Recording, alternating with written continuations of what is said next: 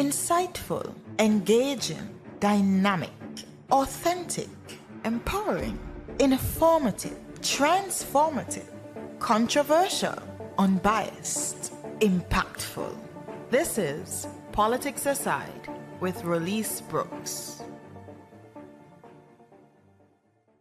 Hello and welcome to another episode of Politics Aside with Release Brooks. I'm really happy to continue this Authentically Me International Women's Month series. Our guest for today is Dr. Julear Hobson, and I'm looking forward to this conversation today. Hello, Dr. Hobson. Hi, good morning, Release. How are you doing, first of all? I'm doing okay.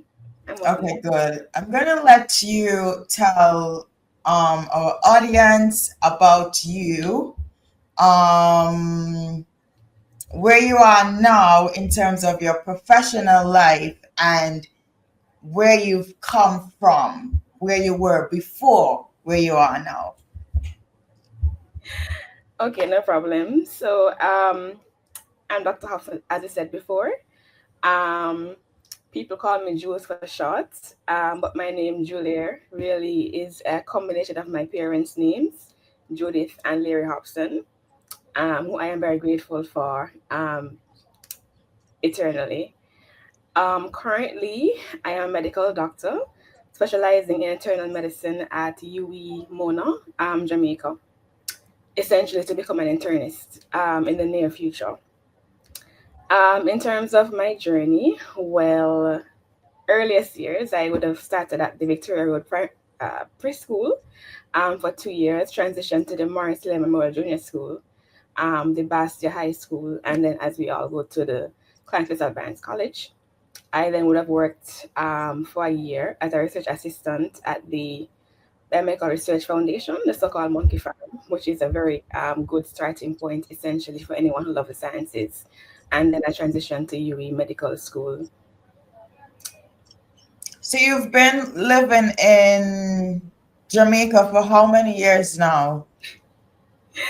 So I would have made 10 years last year. I began in 2014. So 10 years and a few months now. Wow. Okay. You said that you are in the internal, what is it? You're practicing to Okay. become an internist? Right. So the term is called an internist. The specialty itself is called internal medicine. So basically, it is taking a more focused approach into adult diseases. So when they say internal medicine, Yeah. referring to the internal organs of the body. So the brain, so neurology, the heart, which would be cardiology, the kidneys, which would be nephrology, etc., etc.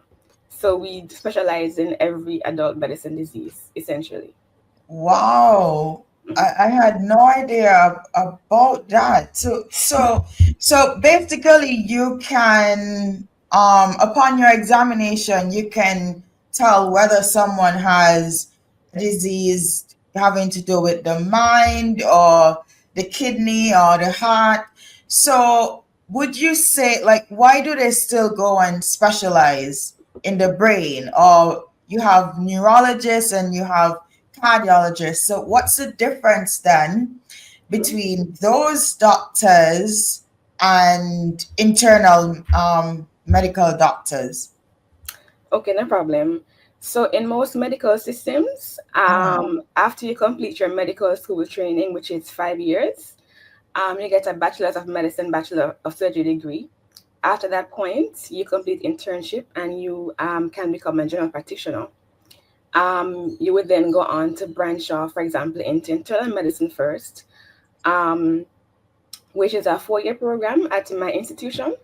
And we spend divided up, but essentially 2 years on general medicine and a year between specialties. So we rotate through every specialty, cardiology, nephrology, everything, to become an internist. However, if you want to go on and be a cardiologist, specialized, you have to complete your internist training, and then you do an additional 2 to 3 years to become, for example, a cardiologist, etc.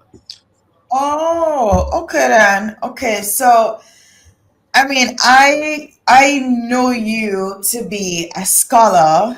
Even before I met you in person, I heard, of this Julia Hobson, who was the state scholar at the college here in St. Kitts.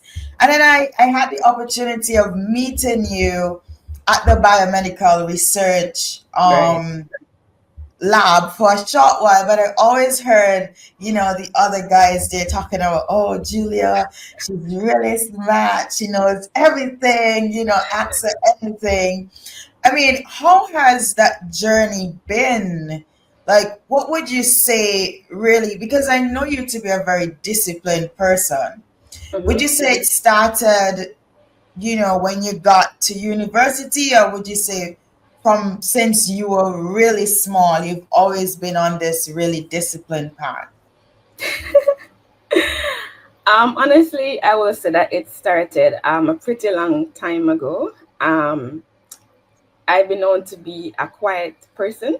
I have a younger sibling as well. She's much more outspoken than I am. So Mm, I've been known to be the quieter person, even at home, right?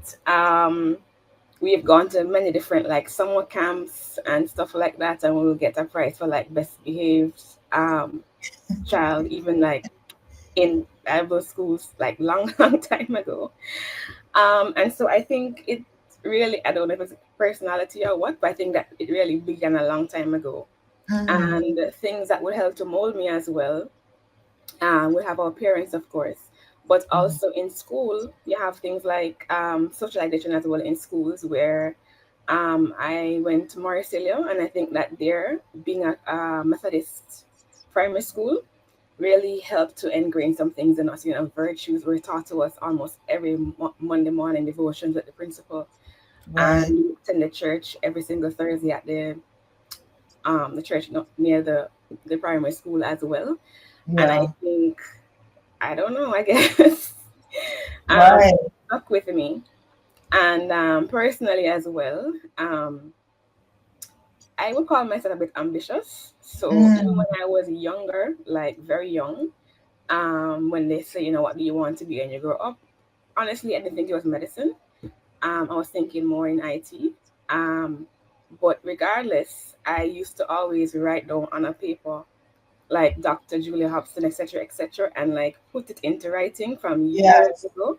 Wow. That could have been something else, not medicine, but just imagine yourself being what you want to be from early, and Yeah. I kind of work towards it. That's basically it for me. I mean, it's so amazing that you mentioned that because now we have so many internet gurus. They're calling that manifestation, and Well, everybody's like, right, oh, yes, but I mean, so that's a really good one. Write it down. I see in your bio that you've been elected to the membership of the Royal Colleges of Physicians of the United Kingdom. Tell us a bit about that. okay. So essentially, it is a postgraduate qualification Mm-hmm. that medical doctors can sit upon completing medical school. I think at least 2 years after medical school. It is really an examination offered by the United Kingdom, but it can be sat by doctors or physicians around the world, Okay. um, outside of outside of the UK, right? So once you attend a qualifying medical school, for which you is a part of that group, you are able to apply online. And once you have received approval, you can sit the examination. So it was really a two-part written exam and Yes. practical examination. The practical actually is where well, in my case, they fly around the world. Mm-hmm. There's actually examination stations actually done in Jamaica as well. But the Wow. examiners fly out to Jamaica from the UK, and they drill you really hard on a number of clinical scenarios, examine the patients, pick up the findings, explain it to them. And Mm-hmm. once you have successfully passed all the components, you are rewarded that qualification. So Mm-hmm. essentially, it does boost your career. It is something that can be added to the end of your name, like a post-nominal thing, essentially. Yes. Mm-hmm. And it does also allow you to boost your resume or your profile. because it internationally qualifies you as, competent doctor, essentially. Yes. And even if you, for example, want to pursue studies or fellowships um, in the UK, it allows that as well because it is recognized in the UK as well. Right. So, because that was going to be my next question. Does it allow you to practice medicine there in the UK? So yes, it is a part of the route. You then have to become registered over there, and then you can practice in the UK. Yeah. Oh, wow. I mean, that's fantastic. And I think that's really great information, especially for people, here in the Caribbean who might just see UWI as just limited to Hmm. that, for them to understand like UWI is really a highly qualified, they have a highly qualified international medicine program. So that's really good information. Being a senior resident, how is that for you as a female? Do you see any difference in terms of treatment between female residents and male residents in terms of even how maybe the nurses would approach you? That is a very good question. Um, so without the seniority to it, for now, I'll Mhm. get there. But in Okay. terms of just being a female physician, it has been a challenge, Mm-hmm. right? Honestly, also a short physician, it has been a challenge. Mm-hmm. Um, so I'm not sure if it is cultural or not, but honestly, it's like you would be going to a patient. It could be a male patient or a female patient, particularly the ones that are middle aged to elderly. And you go, tell them what your name is, I'm Dr. So and so, right? Um, do everything as you normally would, right? Like one experience I had, I was an intern on, I think it was postnatal ward. Mm-hmm. Spoke to the lady, told her everything, but it was myself and the co-male intern who were on that day. And around 5 p.m., I got a phone call. The patient reports that no doctor saw her for the day. And I'm like, what do you mean? I literally sat and spoke to that lady for quite a while. But it turned out that because she saw me and the male doctor on the ward together, she assumed Mm-hmm. that he was the doctor and he didn't come to her. But clearly, Wow. we're splitting the patients in two. So Mm-hmm. that's one example where just as being a female, they assume that you are the nurse or you are the psychiatrist or you're a psychologist or you're every other thing besides Mm-hmm. a nurse. And it even goes as far as, well, here we call them porters, but I guess they can use orderlies as well, right? Mm-hmm. So we have male orderlies in the male orderly clothes, uniforms. Mm-hmm. And I'll go to the patient, they're thinking I'm the nurse, even though I said I'm not the nurse, and I'm wearing a white coat, right? Mm-hmm. And then the orderly walks by and they're like, Doc, Doc. And I'm like, you know, like,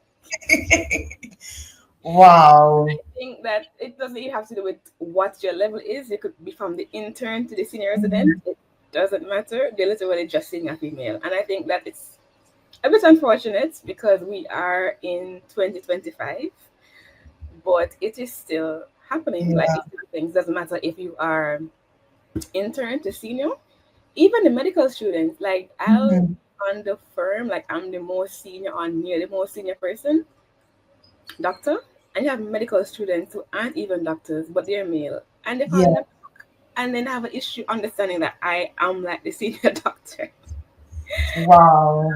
So I don't Wow. know if it's cultural or what or whatever it is, but it's Mhm. still a real thing. It's Yeah. definitely still a thing. I mean, having gone through schooling in the Caribbean, and I think also having experienced healthcare in the Caribbean yourself, what would you like to see for us really in the next 5 to 10 years regarding healthcare in the Caribbean? Right. So in terms of healthcare in the Caribbean, what a big part of it is, honestly, yes, we'd want to look at better structures, etc., Mhm. which we Mhm. can't again compare to first world countries like the US and the UK.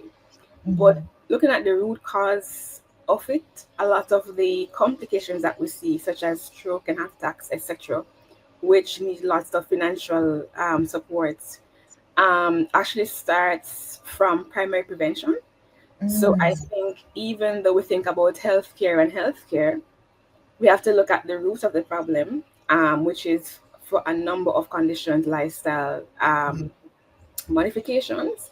So a healthier lifestyle cannot be emphasized enough. It may seem like, oh, I'm young, I can eat what I feel like. But then honestly, like in terms of epidemiology wise, we have now been seeing people with heart attacks, massive heart attacks at the age of 40, going into heart failure at the age of 40, have to change their jobs because they can't walk around because they're so short of breath at the age of 40. And I think that if we look, like, take it more seriously in terms of, oh, it's just diet and exercise, it's not just diet and yeah. exercise. Because, yes, there are some conditions that we can't control, such as, autoimmune conditions, your lupus, your RA, etc. We can't control that. But if you look at a big part of, for example, cardiology, a big part of that really has to do with heart attacks, heart failures, complications of that, neurology as well, strokes, which are very, very morbid, things to have, unable to work after. Mm-hmm. And so I think that in terms of moving forward, we have to first look backward, right? Mm-hmm. And fix the underlying thing, which I think is educating people as well about the importance of lifestyle changes from early, right? Yeah. Because it will help us in the future. Yeah. Um, because lots of things that we're seeing now are could have been preventable, if not preventable, at least have a later onset. But we're Mm, seeing things at the age of 40, which is literally very concerning. It has to do with diet, strongly diet and lack of exercise. So I would say that wow. for now. Yeah. Wow. I mean, we hear that, you're right. We hear it all the time, but we really take it for Take it granted for because we're not granted. seeing the signs, like, Yeah. yeah, I might be a bit overweight, but me good, feel good, get up, but Yeah. then suddenly things happen suddenly and we're like, wow, Mhm. I should have listened. I should Right. have. It's really been insightful talking with you today. So the theme for this year's International Women's Day is for all women and girls, rights, equality, and empowerment. In your field, in the world of medicine and health, what does that theme mean to you, really? Okay. All right. So in terms of, you said, rights, equality, and empowerment. Mm-hmm. Okay. So in terms of women in medicine, it's not so much in medicine itself in terms of from your colleagues per se. That's there's an issue really there. But it's still, to me, something linked to the perception by people in general that Mm-hmm. when they see a female coming up to them, they automatically assume that you're not the doctor, or if you are the doctor, they want a more senior doctor. That is, saying nicely, they prefer a male doctor. Yes. Um, and so, in a case like that, um, it's a bit tricky to say, like, how can we improve that? Because some things are really cultural and ingrained from a very early age. Mm-hmm. And it's a bit hard to say in terms of how we would kind of like kind of counteract that. It's a bit hard to say. Yeah. Um, because some things that are cultural are literally hard to change at a certain point. Um, but I guess, keep doing yourself, keep excelling. There's a quote as well from somewhere, like some people have to work twice as hard, essentially, to prove themselves. But really and truly, if you know your worth, you don't really have to prove yourself to anybody. Just keep doing you, and over time, you will win the hearts of those who would have had some doubts about you previously. Just keep doing you, and they will actually pick that up on their own time. That is such a good note to end on. I really can't even go on asking any more questions. So just keep doing you. Once you know your worth, I think you don't have anything to prove to anyone. But we are aware that there are systemic challenges as it relates to women in various professions, and that also includes medicine. So I think too, as you say, we have to keep raising this awareness that, hey, women, you know, are as good as a doctor and can become even better doctors, than males. And it's not about the sex; it's really about the competency. And Dr. Julia, Dr. Hobson, sorry, you've shown competence in every area and at every stage, I might add, that I'm aware of. So we wish you all the best. Thank Thank you you. for joining us for this International Women's Interview Series. We really appreciate it. It was insightful and you gave us some things to think about. And I think some people will definitely start exercising after seeing this interview. So thank you so much. And if you have any final words, feel free. All right, thank you, Release. Thanks for having me as well.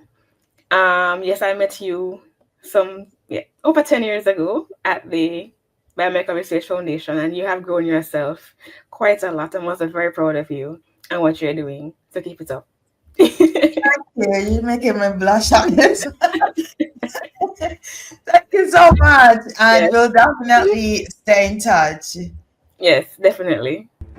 Insightful, engaging, dynamic, authentic, empowering, informative, transformative, controversial, unbiased, impactful. This is Politics Aside with Release Brooks.